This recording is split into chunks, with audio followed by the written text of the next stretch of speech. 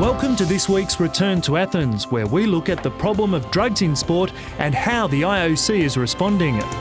First up, we look at the Moroccan steeplechaser Briham Bellamy, who burst onto the world stage last year by setting a world record and in the process becoming the first non-Kenyan to hold that record since 1976. Now, in the shadow of a positive drug test, the 30-year-old athlete has pulled out of this year's event after the banned stamina-enhancing agent, EPO, was found in a sample taken by the IAAF before Bellamy took yet another 2 seconds off his own mark at the Golden League meeting in Zurich. Both the governing body and the athlete himself will have to wait for the results of the as-yet untested B sample to draw any firm conclusions.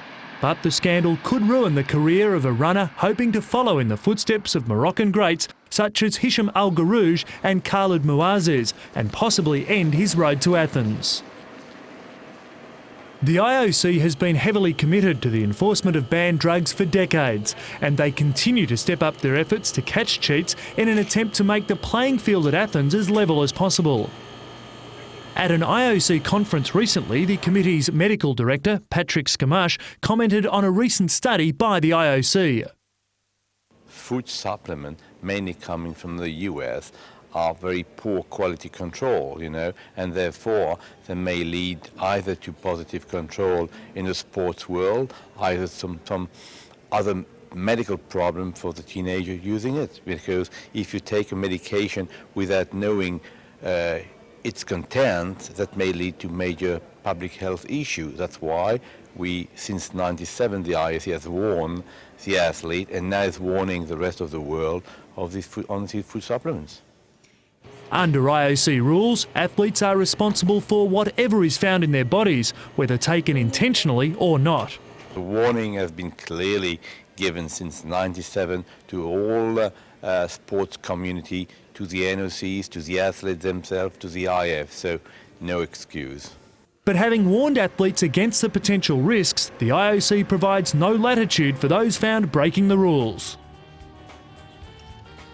One such star is Algerian Ali Saidi CF, who recorded the second fastest 2,000 metres of all time in 2001. The year before, he won silver in the 5,000 metres at the Sydney Olympics, only to have his career blown apart after he tested positive for the banned steroid nandrolone.